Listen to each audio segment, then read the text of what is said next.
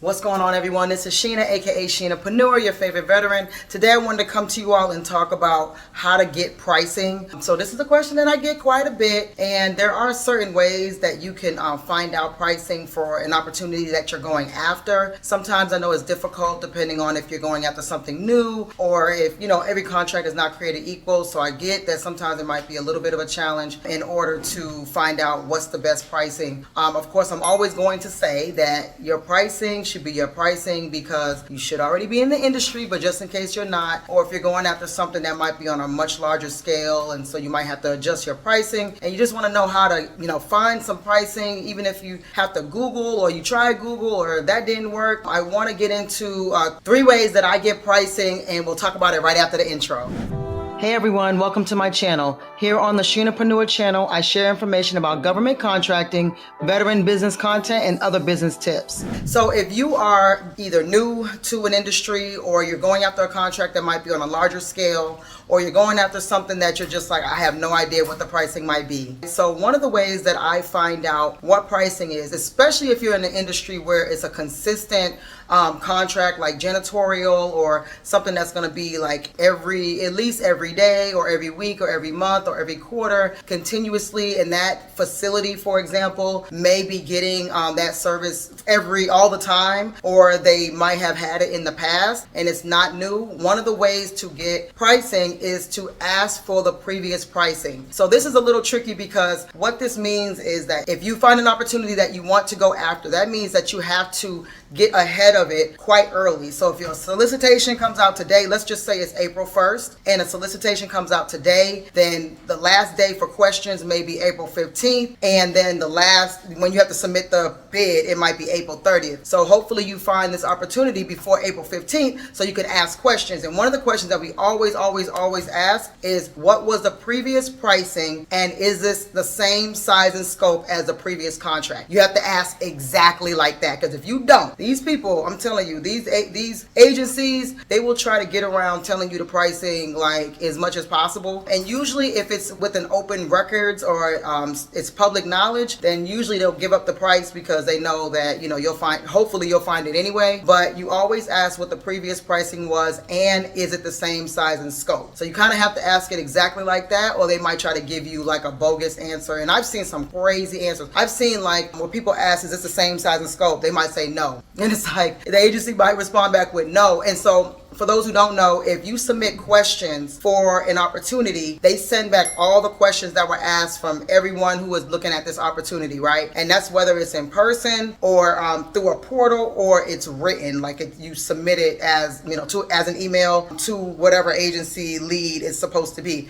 So they'll send back all those questions back. I've seen some people ask questions just like, where you can kind of leave it up into interpretation, and that's what the agency is going to do. They're just going to try to answer the bare minimum and sometimes not even really answer the question. So if you ask it that way, a lot of times you'll get the answer that you're looking for. So don't just say, what was the price? You have to be very specific and very detailed in your question so they can't really dance around it, and it's showing that they're blatantly trying to dance around it. Because if they say, there was a previous contractor in place, they may not tell you who it is, and then they may not give you a price, and then you won't be able to do your own research. So that's one way that we always look for our pricing, if it's something that's already in existence and there's already been a contract for that. So that is a very simple way, like something that you don't have to put in a lot of effort. You just have to make sure you ask that question. So the number 2 way is, I kind of mentioned Google early on, that is a way for you to find out pricing. Believe it or not, sometimes if you just Google that solicitation name, it could be the same one from last year. They literally have the same exact name, and all they did was change the number. Because usually with the solicitation number, it'll have the year as the first 2 digits or the first 4 digits, and then dash whatever number that is for them. It might, if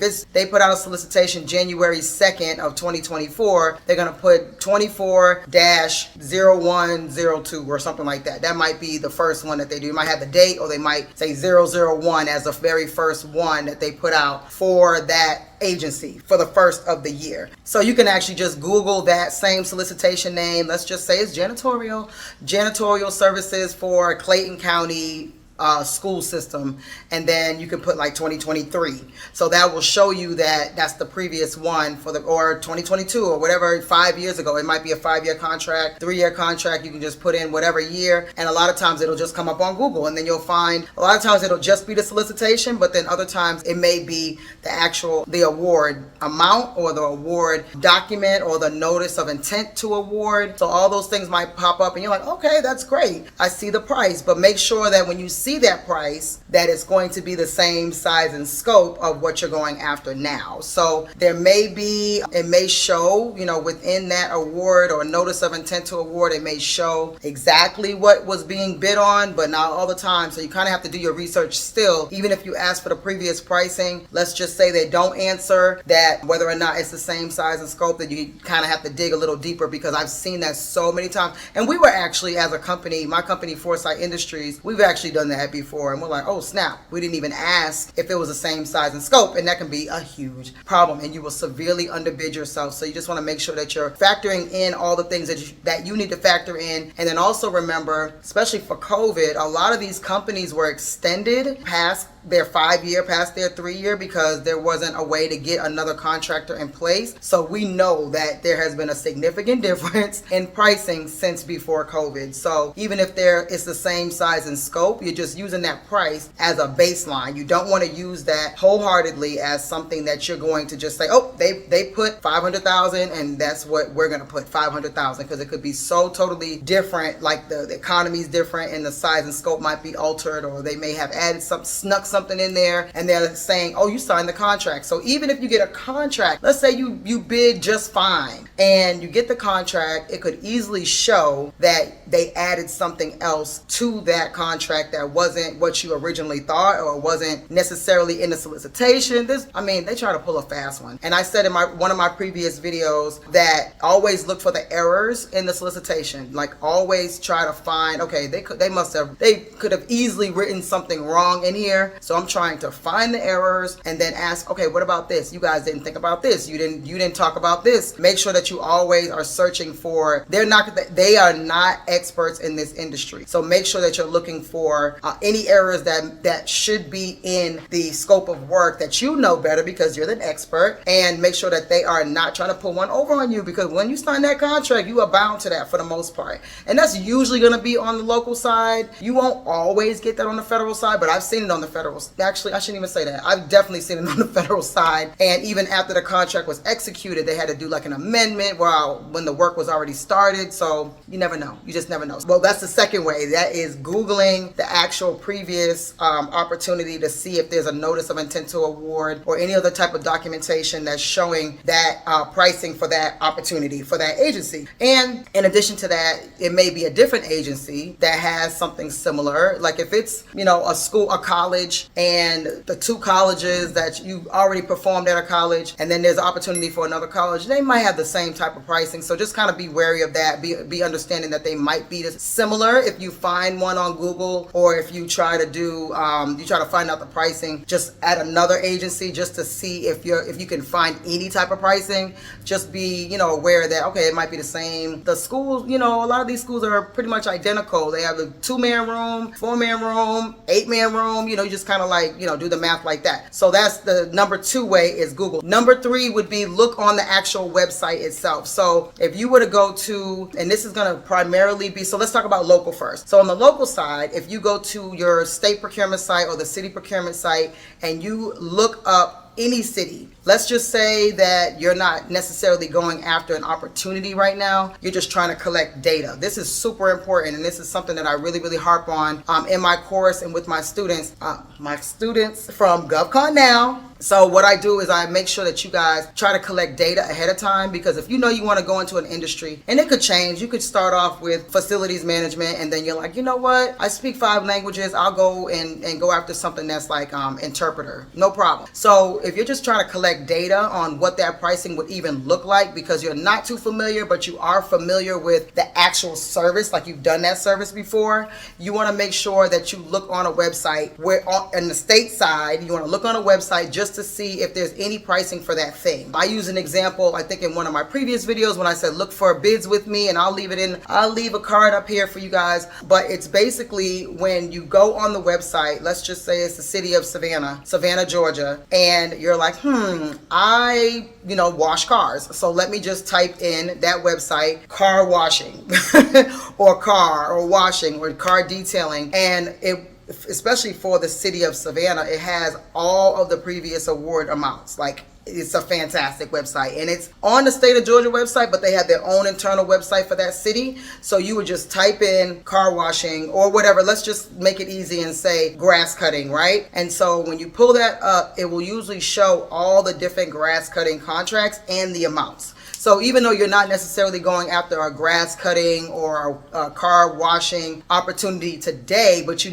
might want to do it in the future, then you just pull that data and you just start kind of like matching up the pricing, saying, okay, and usually they'll show what's called a bid tabulation. A bid tabulation will show every company that bid on it and their price. So that kind of helps you as well, because even if, let's say it's something that even you went after yourself, and you're just trying to look at the bid tabulation, and you'll see that your price is competitive or not competitive, and you see someone that's like super high in their price or someone that's super, super low, and then you kind of know what your competitors are doing. It's a really, really good way to collect industry data. I mean, some of these things are going to be repetitive. Some of these contracts are going to be repetitive. They're not all created equal, but I mean, they're not going vary so much to where you can't pull the data ahead of time. So I always encourage people to pull the data way before you need it, so you can have it and kind of match up what the pricing is going to be.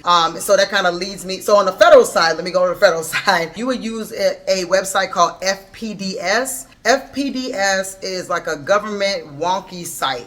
So if you've gone in SAM.gov, it's a little more user friendly than FPDS. FPDS has them kind of broken down. They have contracts broken down by like purchase order mostly. So something may be a $1 million contract, but it will show the purchase order, like how much they paid each month for that company that won that contract. So it can be a little tricky because it might show like a zero purchase order or a zero payment, but it is a way to just kind of collect data. So I mean, you can use it how you will. Once you get in that website, you just gotta fiddle around with it and just find out how you can use it. And that's the same thing with USA Spending, where it shows like a company that is any company that's registered in SAM for the most part. If they've earned any money from the government, if they borrowed money, if they've gotten any money from the government, it's pretty much going to be in there, and that's on the federal side. So if they had a loan from the government, if they have a contract from the government, pretty much it's going to be in USA Spending, and that's a really good way to find out who's doing what on the federal side. If they said they made $25 million on the federal side, show me. Not everything makes to USA Spending, not everything, but if you see $0, then I would be a little skittish about working with that person. I'm just saying.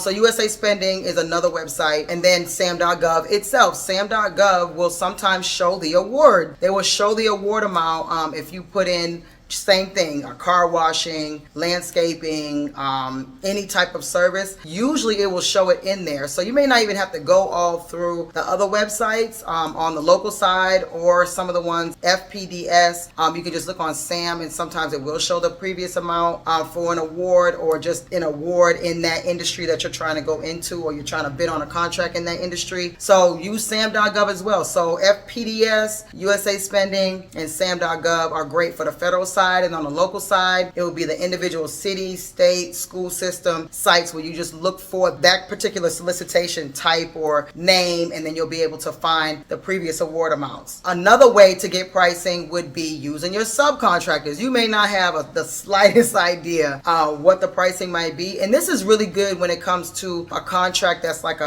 kind of like an IDIQ or like a BPA, which is a blanket purchase agreement, where you get awarded a contract for, let's just say, $150,000 for a year, but it's a pool of vendors. So with the pool of vendors, that just means that you have the license to hunt, right? And so with that, you can get a purchase order for, out of that $150,000, you can get a purchase order for $10,000, and then $5,000, and then $20,000. And so that's a good, if you're going to be using subcontractors, especially in the service industry, or even not in the service industry, if you're going to get using a product and you have a manufacturer, whoever it is, you use your subcontractor's pricing as a baseline, because hopefully they're gonna, you have a good relationship with your subcontractor, and they'll be able to tell you, yes, Sheena, this is industry standard price. This is how much it's going to cost for my materials and my people to work on this job, whatever the job may be. And then you say, okay, well, my subcontractor is charging $15,000. This blanket purchase agreement is essentially $150,000 for the year. I might be able to go up to $20,000. So he's charging $15,000. I'm charging $20,000. The job is only going to take 1 week. I think that's a pretty good pay week for, of course, my favorite, pressure washing, for example.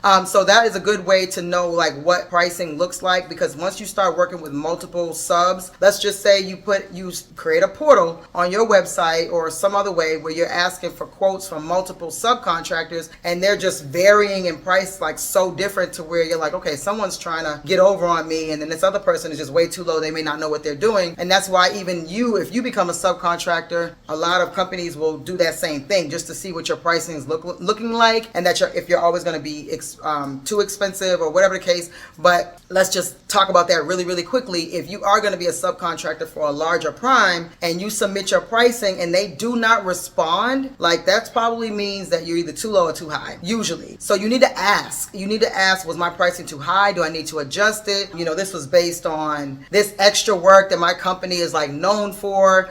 We provide over service so we can make sure that we have a good retention rate, but we can always take that down. Maybe remove a person, maybe remove an hour a day in order to make it under whatever your budget is. So you always ask for feedback. You always ask for feedback from the government, and you always ask for feedback from a prime contractor, because they may say, well, your price was too high. Okay, what does my price need to be? Like, stop playing with me. Like, let me know the price. Let me know what price it needs to be, and I'll let you know if I can do it or not. Like, that just grinds my gears. I'm sorry. It bothers me when prime contractors are just ignore you and they won't tell you the price needs to be this. Can you do it for this, Sheena? Okay, boom. Like, just say that. I'll tell you if I can't do it. Ain't no problem. Like, you could tell me if you try to change this price, you're going to be on your own, and I'll just say 10-4. Okay, like, that's no problem. So anyway, I don't want to go off on my little rant, but that's something that you could do, is using your subcontractor pricing, and then start building a sheet, to kind of understand like how they do their pricing. If they're doing it per square foot, if they're doing it per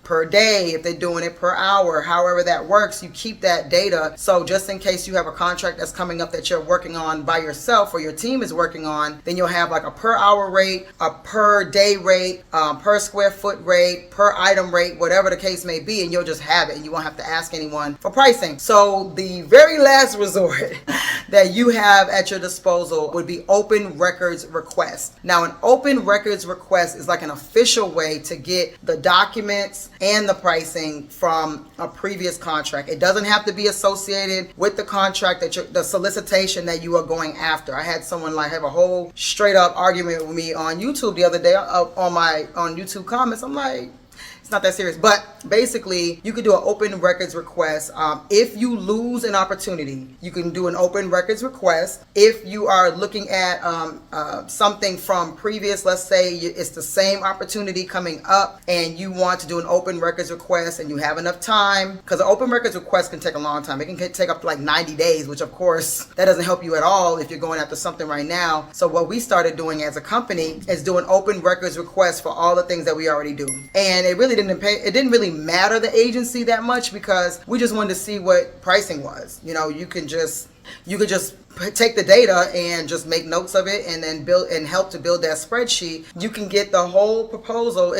Some stuff is going to be redacted or whatever the case may be, but it still might have some of the documents that I didn't know I needed this, or this is a good thing to have, or these are good notes to have. And then also here's the pricing. So that's a really good way to get pricing ahead of time, is doing an open records request for something that is already already happened like a while back, and you don't have to worry about trying to get an open records request approved before an opportunity that you're going after right now. So I just wanted to give a couple ways to get pricing. I hope this helped. If there's another video that you guys want me to work on, just go ahead and leave it in the comments, please. I'm taking all requests because I need to know what you guys need to know.